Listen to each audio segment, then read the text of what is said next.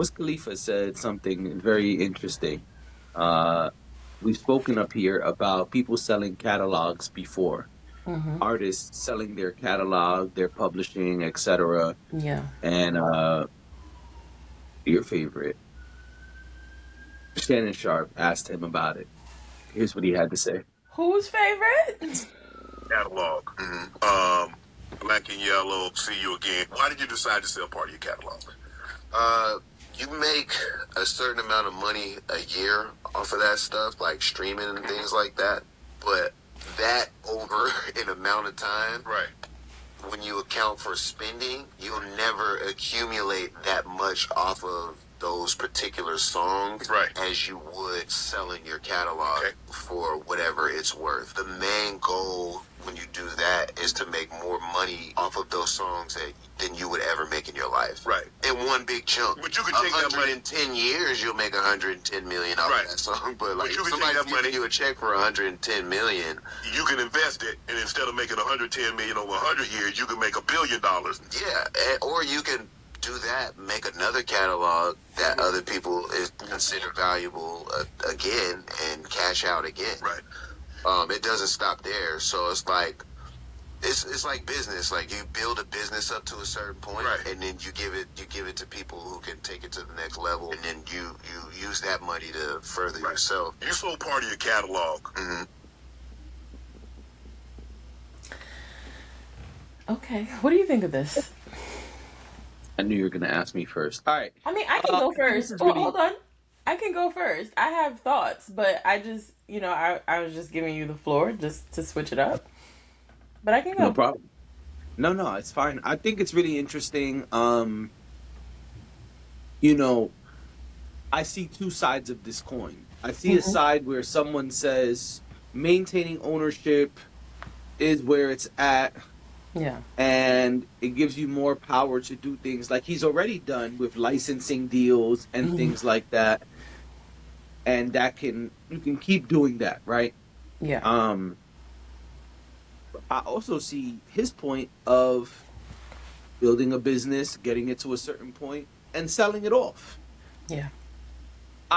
The part I like the most of this clip Mhm. is his thinking of, I can always make a new catalog and sell that new catalog. Yeah.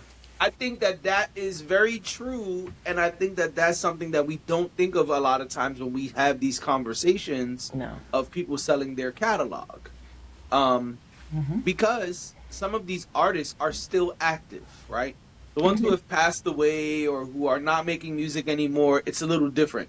But Wiz Khalifa is still a young man. He could still make plenty of great music and big hits, quote unquote, that can take him to a nice number once again.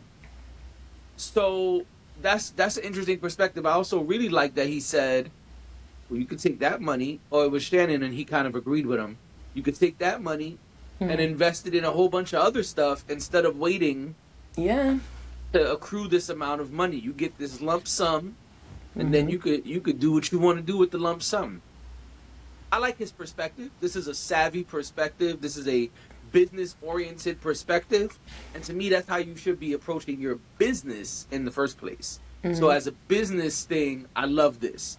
As an artist, it's like, okay, I get it. It's not my favorite thing, but I do understand it. Yeah. I think I was going to say that the intersection between the artistry of it all and the business of it all is where it gets muddy for a lot of people. People, especially artists, creators, creatives, people want to believe that your art is your art and you should have ownership of your art and do whatever it is you want to do with your art. But I think Right. if you're thinking about it in that way, where you're saying you should be able to do what you want with your art, I think that also means that you should be allowed to sell your art if you want to. I mean, there's Right. many great artists, like actual people who draw or take portraits, who create these masterpieces and sell them. And we don't get mad at those people for making money off of their craft. And I think A when it little comes different, to but yes. music, what'd you say? I said a little different, but yes. It's not the same. So that's what I was about to say. When it comes to music, it's a little bit different. But I think all of it is intellectual property at the end of the day. Yes. And you should be able to decide. I think that's the side that I'm on. I'm on the side of you should be able to decide what you want to do with your own IP. And this actually made me think about Dr. Dre selling Beats by Dre to Apple. He got a lot of flack. He was called a sellout. He the people said that how could he take a black business and give it up to the man, give it up to the white man. And there was a whole lot of, because there's also another conversation that we're not having about the fact that the culture often doesn't respect it when black artists or black entrepreneurs give up something they own. There is another conversation that can be had about that, and we don't have to go too deep into that. But there was a lot of that around Dr. Dre when he sold Beats by Dre. Yes. Less of that today, especially with the music catalog. But yes, you are totally correct. Yeah, so it just made me think of that. And I remember saying back then that I get it. You create this amazing thing, right? And again, it's not a catalog of music, but a catalog of music can be looked at in the same way. You created this great catalog of music, and now the question is, what do you do with it? Do you keep it and you just hold on to it and, like he said, maybe make a fraction of what you could make? Or do you sell it? Do you reinvest that money? Do you make more albums with it? Do you create more of a catalog with it? I think Right. I think it comes down to whatever the artist wants to do. I don't want our I don't ever want our culture to get lost. And music is a huge part of culture. I don't ever want it to be that the music that was created just goes somewhere to die. But I don't think that's how music works, which is Mhm. why artists are able to do this.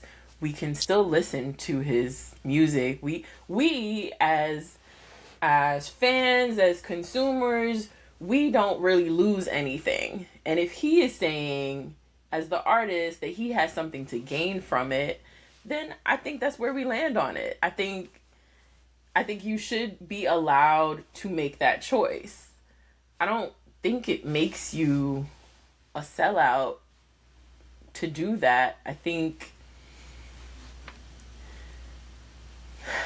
you want to make a lot of money. A lot of people became artists to make a lot of money. Excuse me. A lot of people became recording artists to make a lot of money. Yeah. Some people did it because they love music. Some people did it Hmm. because it made them a buck. And I'm not saying Yeah. that's Wiz Khalifa's story. I'm just saying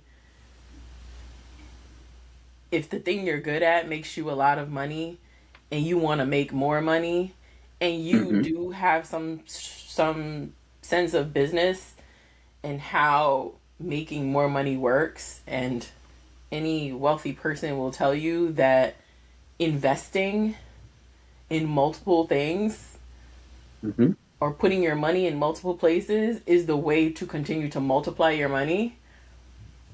I don't think he made a poor choice. It may not be the choice that I make about my creativity. I don't know. That opportunity hasn't presented itself to me. But maybe some people Right. won't make that choice, and that's okay too. I think either way. Yeah. I think it was insightful, and that's why I thought it was worth discussing up here, playing up here, because we don't really hear too much about that Yeah. when these things happen. We just hear like, so and so sold their catalog, yay! That's it.